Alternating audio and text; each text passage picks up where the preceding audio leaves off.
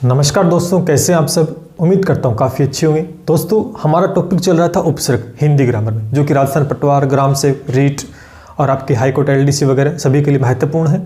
और इसका एक क्लास हमने ले चुके थे उपसर्ग की, बहुत ही महत्वपूर्ण हमने डिस्कशन किया था। और आज की क्लास में इस टॉपिक को हम कंप्लीट दोस्तों कर देंगे। तो काफ़ी आज की क्लास अच्छी होने वाली है, तो इसे लाइक करें, शेयर करें और चैनल को सब्सक्राइब करके बेल आइकन बटन को दोस्तों प्रेस कीजिएगा। चलिए शुरू करते हैं दोस्तों। इससे पहले वाली अगर आपने क्लास नहीं देखी तो वो क्लास आप देखिए, वहाँ पर मैंने कुछ बेसिक चीज़ें डिस्कस की हैं, कुछ समझाया है उपसर्ग के बारे में, तब जाके चीज़ें आपको समझ में आएंगी, तब ये क्लास आपको समझ में अच्छी तरीके से आ जाए। मैंने बताया था उपसर्ग के अंदर दो शब्द आपको ऐसे मिलेंगे जिनका पर्टिकुलर दोस्तों एक अर्थ होता है। दो तरह के प्रश्न आपसे पूछे जाते हैं।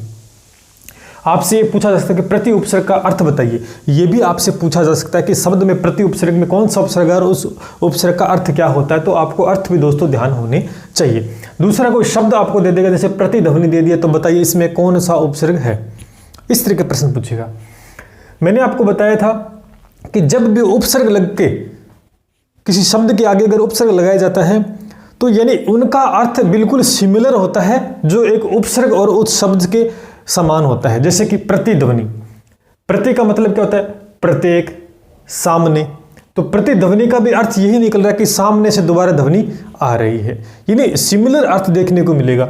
जब भी उपसर्ग और शब्द को अलग करोगे तो दोनों का अर्थ बिल्कुल सही से होना चाहिए। ये नहीं कि दूसरा शब्द का कोई मतलब ही नहीं, कोई अर्थ नहीं निकल रहा है। ये बात मैंने पहले वीडियो बहुत अच्छे तरीके से डिस्कस कर ली थी। चलिए, प्रति उपसर्ग बिल्कुल पहचानने की बिल्कुल आसान सी ट्रिक है। देखिए दोस्तों, प्रति उपसर्ग में इसका अर्थ देखिए प्रत्येक और सामने। आप गौर से देखेंगे, प्रतिध्वनि, प्रतिदिन, ठीक है, प्रतिक्रिया।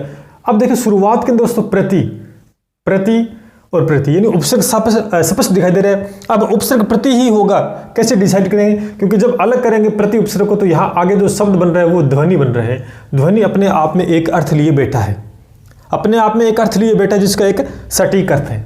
इसी तरीके से दिन, इस देखिए प्रतिदिन में दिन अपने आप में एक अर्थ लिए बैठा है, इसलिए प्रति को अलग करेंगे तो प्रति का अलग होता है, प्रत्येक के सामने।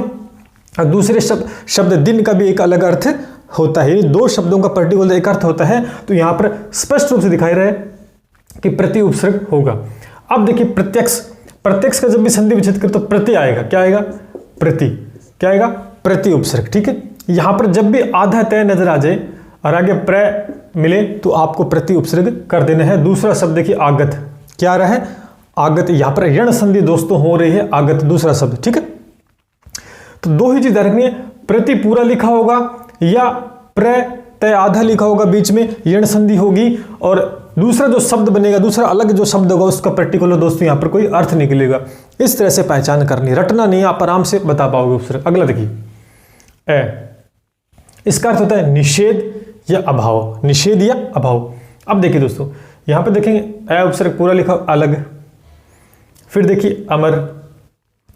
अब को अलग करेंगे तो इसका एक अलग पर्टिकुलर शब्द का अर्थ निकल रहा है अमर का, ठीक है।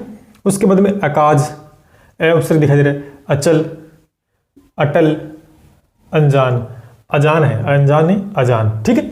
यानी उपसर्ग के अंदर पर्टिकुलर आपको शब्द के अंदर ए ही दिखाई देगा, दिखाई देगा शब्द में, और दूसरा जो शब्द अलग होगा उसका कोई अर्थ निकलेगा। ऐसे नहीं कि हर किसी के आगे अगर ए लगा हुआ है तो वहां जैसे अद लिखा आ गया तो इसका मतलब यहाँ पे उपसर्ग थोड़ी ना है। आप गौर से देखें उपसर्ग का फिर दखिला, ऐसा कोई शब्द है क्या? दखिला कोई शब्द नहीं दोस्तों। तो इसका मतलब ये नहीं कि यहाँ पर अगर ए लगा हुआ है, जैसे अनमोल है, इसके में आगे ए लगा दिया तो उपसर्ग हो, नहीं, ऐसे नहीं। दूसरा शब्द देखेंगे तो नमोल, नमोल कोई शब्द बन रहा है क्या? कोई अर्थ निकल नमोल का। तो ध्यान रखना, अनमोल के अंदर मोल एक अलग शब्द है और अन एक अलग शब्द है, ठीक है, अलग अलग अर्थ निकल रहे हैं। तब उपसर्ग कौन सा हो जाएगा? अन उपसर्ग हो जाएगा, जिसके बिना इसका अर्थ होता है। इसी तरीके से अब अन उपसर्ग के बारे में पढ़ेंगे तो देखिए दोस्तों, इसका अर्थ जो होता है बिना, अनमोल एक पर्टिकुलर एक अर्थ निकल रहा है मोल का, अनचाह, अनमेल, अनपढ़, ठीक है। इस तरह से अन उपसर्ग लगा होगा और एक दूसरा शब्द जुड़ा होगा, उसका एक पर्टिकुलर अर्थ होगा। इस तरह से करना, ठीक है। अब देखिए अध, इसका मतलब क्या होता है? आधा, आधा। तो अध खिला, खिलना एक अलग शब्द है, अध में आधा, आधा खिला हुआ, ठीक है। अध पका, आधा पका हुआ, ये शब्द हम व्यवहारिक जीवन में उपयोग करते हैं, तो यहाँ पे अध उपसर्ग दोस्तों हो जाएगा। अब उपसर्ग तो कर ही नहीं सकते, धपका कोई शब्द थोड़ी ना है, ये बिल्कुल लॉजिक ट्रिक, दिमाग से रटना नहीं है, समझ के आप आराम से अधकचरा, अधमरा। इसी तरीके से नी उपसर्ग का अर्थ होता है रहित। अब देखिए निकम्मा, निकम्मा, नीडर, नीडर अलग अलग शब्द है, नी प्लस काज, निखरा। ठीक, तो यानी उपसर्ग को आप शब्द देख के आराम से निकाल सकते हो। हम शब्द नहीं देखते हैं, कभी तो ए जुड़ा हो तो नहीं, शब्द देखते नहीं दूसरा शब्द बन रहा है कि नहीं बन रहा। ठीक है, ये थे इंपॉर्टेंट। चलिए कुछ और हम देखते हैं। चलिए दोस्तों, कुछ और महत्वपूर्ण हम उपसर्ग के बारे में देखते हैं। एक उपसर्ग है ती उपसर्ग। क्या है? ती उपसर्ग। ध्यान से देखें, इसका अर्थ दोस्तों क्या होता है? तीन। एक संख्या का बोध होगा 3।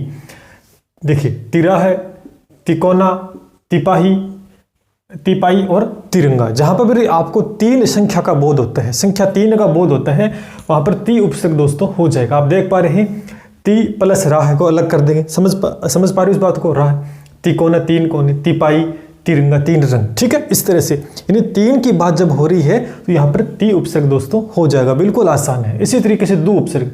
दो उपसर्ग का मतलब होता है 2, संख्या 2 का बोध होगा। जैसे दुगना, दुपहिया, दोबारा, दुनाली। ठीक है, बिल्कुल आराम से चीज़ों को समझ सकते हैं। अब रटने की आवश्यकता नहीं है। दुगना में कौन सा उपसर्ग है सोचोगे आप, तो सोचोगे तो दोस्तों ज़्यादा नहीं होगा, लेकिन आपने बड़े आराम से अगर समझ रखा है चीज़ों को कि यानी दुगने का मतलब यहाँ पे एक संख्या आ रही है, 2 संख्या का बोध हो रहा है, और हमने पढ़ रखा है जब भी 2 संख्या का बोध होता है वहाँ पे 2 उपसर्ग हमें टिक करना है। ठीक है, दुगना। अब आता है अन उपसर्ग। देखिए दोस्तों, अन उपसर्ग में आधा नया है, तो आप गौर से देखें, इसका जो अभाव होता है अर्थ क्या होता है? इसका अर्थ क्या होता है? अभाव होता है, यानी अनाभ्यास। अगर इसका संधि विच्छेद करो दोस्तों तो यहाँ पर आ मिला हुआ है, अन प्लस अभ्यास होगा। क्या होगा? अन प्लस अभ्यास होगा। मैं करके दिखा देता हूँ। अगर ऊपर वाला आपने उतार लिया है तो मैं इसको संधि विच्छेद करके इसका दिखाता हूँ, फिर आपको ज़्यादा समझ में आ जाएगा। ठीक है, ये देखिए अनाभ्यास का दोस्तों देखेंगे कि इस अन्न को अगर मैं लिखता हूं तो ये आधा हो जाएगा, और यहां से आ की मात्रा बाहर निकल जाएगी तो आ जाएगा, और आगे जो शब्द लिखा हुआ एक बार हम लिख देंगे। तो आप गौर से देखेंगे अभ्यास, यानी अन्न को अलग किया तो यहाँ पे क्या मिला हुआ था? आ मिला हुआ था, और ए आ यानी स्वर मिला हुआ था। इसमें जब भी मिलाएंगे तो ये शब्द दोबारा बन जाएगा। यानी कहने का मतलब यहाँ पे कौन सा उपसर्ग हो गया है? अन उपसर्ग हो गया है, और एक अलग शब्द बन रहा है अभ्यास। इसी तरीके से अन प्लस आचार। ठीक है, अगर इसका करेंगे तो इसका क्या बनेगा दोस्तों? इसका देखिए दोस्तों, अन प्लस में आ की मात्रा हटाएंगे, निकालेंगे तो आचार बन जाएगा। समझिए, 2 शब्द अलग अलग बन रहे हैं। इसी तरीके से अनादि। आप देख रहे हैं अनादि के अंदर दोस्तों अन उपसर्ग है, आदि शब्द एक अलग बनेगा। इसी तरीके से अनधिकार, अनन्य। ठीक है, तो इसमें कौन सा उपसर्ग हो जाएगा? अन उपसर्ग हो जाएगा। तो ये बात विशेषकर आपको ध्यान में दोस्तों रखनी है। ठीक है, इतनी बात समझ में आ गई आप सभी की। चलिए,